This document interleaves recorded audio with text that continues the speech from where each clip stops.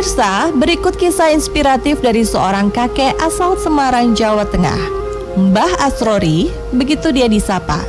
Pria yang kini berusia 90 tahun lebih tersebut selalu bersedekah untuk kaum duafa di sekitarnya. Setiap hari Jumat, beliau selalu membagikan nasi bungkus berupa nasi kuning komplit dengan lauk pauk kepada tukang becak, pemulung, atau siapapun yang membutuhkan makan hari Jumat itu minimal 70 bungkus. Untuk bersedekah, kakek yang masih bersemangat di usia senja ini menyisihkan sebagian dari penghasilannya, walaupun penghasilan beliau tidak menentu sebagai guru mengaji. Mbah Asrori juga memiliki kebiasaan mengayuh sepeda kemanapun pergi. Mbak Asrori telah menunaikan haji dari uang hasil tabungannya sendiri. Jika dari logika sehat, hampir mustahil beliau bisa berangkat haji dengan penghasilannya yang kurang dari 1 juta setiap bulan. Namun, disitulah kekuasaan Allah dan hebatnya kekuatan sedekah. Mereka yang ikhlas bersedekah akan Allah ganti rezekinya di dunia dan juga di akhirat.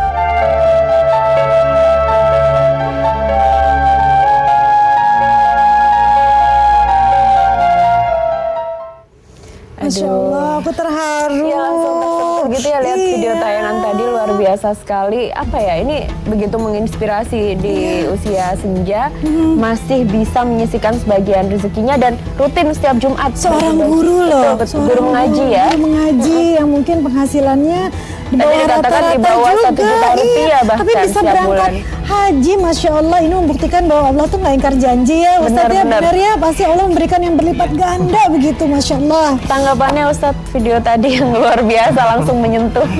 Masya Allah, video yang tadi itu luar biasa sekali, mengingatkan saya dengan kisah seorang ulama besar ya, Syekhul Islam Ibnu Taimiyah. Beliau juga melakukan hal yang sama.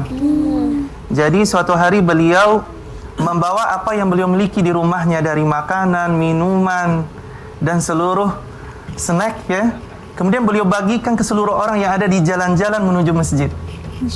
Kemudian datang muridnya, "Ya Imam, kenapa Anda melakukan hal ini? Untuk apa? Kenapa harus makan pokok pun harus Anda bagikan kepada orang lain?"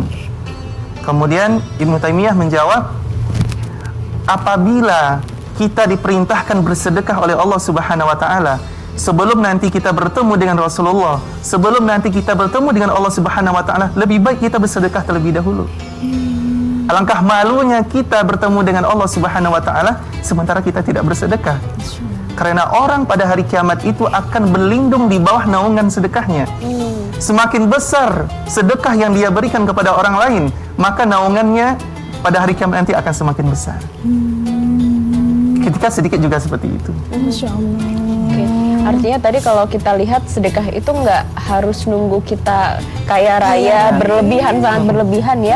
Dengan keterbatasan pun yang apa ya, tadi kalau dikatakan hitungan akal sehat tidak cukup, tapi dengan sedekah ya Allah menunjukkan kebesarannya.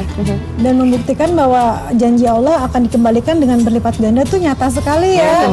Ya, tidak hanya mungkin kembalinya tidak hanya dalam bentuk rezeki, juga bisa dalam kesehatan dan rezeki lainnya gitu ya. Masya Allah. Jadi pengen cepat-cepat dan sebanyak mungkin bersedekah ya, harusnya seperti semoga itu ini ya. langsung memberikan inspirasi pemirsa untuk Anda di rumah mumpung bulan Ramadan juga ya, karena katanya sebaik-baiknya sesuatu itu yang dilakukan di bulan Ramadan.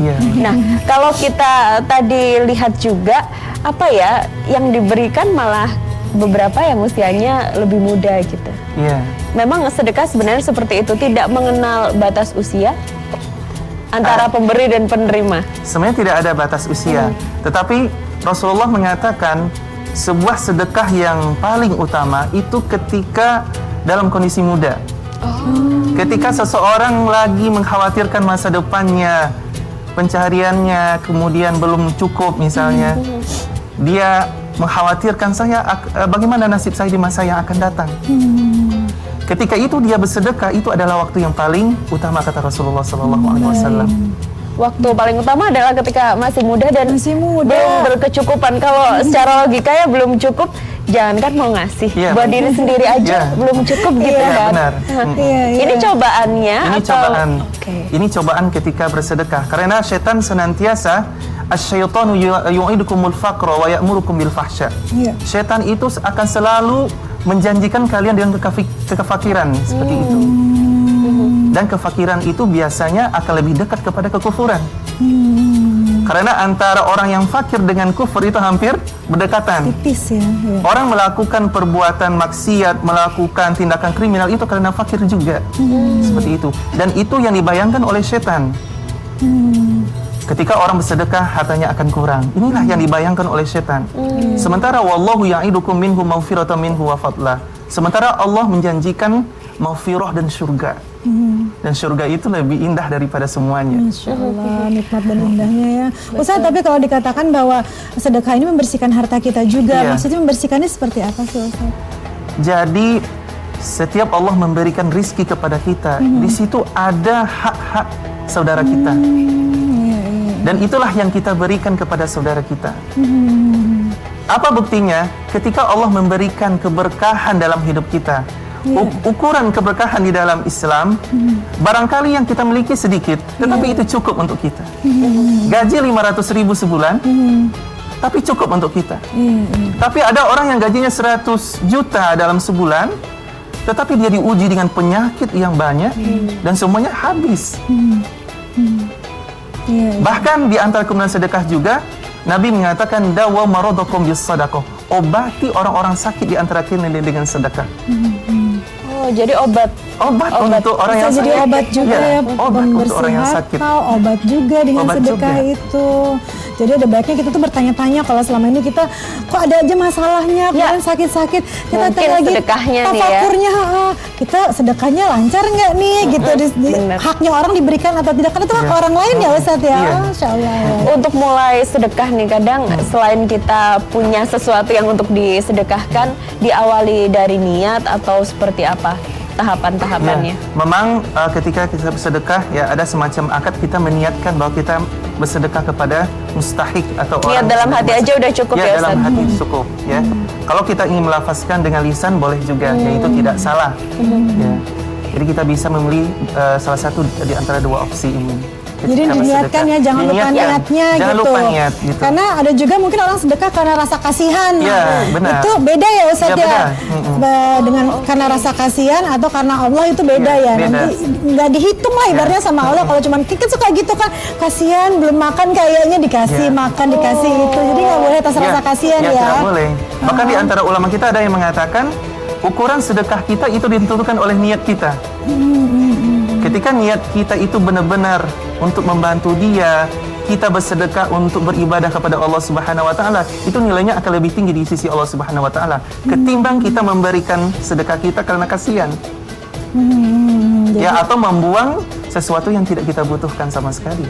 Jadi luruskan Ya, niat luruskan niat. Jangan lupa niatnya karena Allah Karena gitu. Allah Tapi semua. kalau ada rasa mungkin karena kasihan dan lain-lain ya itu di samping itu boleh lah ya Ustaz boleh, ya. Tapi ya. tetap karena Allah. Kadang juga kalau kita ngasih apa ya, niat kasihan atau enggak pengen meringankan bebannya, ada nggak kasihan, pengen meringankan bebannya tapi tidak diucap atau apa ya, kadang di bawah alam sadar itu termasuk sedekah bukan sih? Otomatis saya suka gitu karena mudah-mudahan. kasihan gitu. Karena dalam madhab Hambali misalnya itu niat tidak perlu dilafazkan, ya. Niat tidak perlu dilafazkan. Oke, jadi tidak perlu Ya, dilafazkan. tidak perlu dilafazkan. Kalau ini apa ya, sebenarnya kegalauan banyak orang. Iya, Kadang yang terjadi lah di sekitar kita. ini common banget. Kadang kalau kita di kantor ada temen yang belum makan, nggak tahu nih buat bayar cicilan atau habis buat beli tas baru gitu. Terus kita traktir makan deh di kantin, itu termasuk sedekah bukan sih Ustaz? Ya, kita itu ada namanya hadiah. Ada juga hibah. Kita harus bedakan.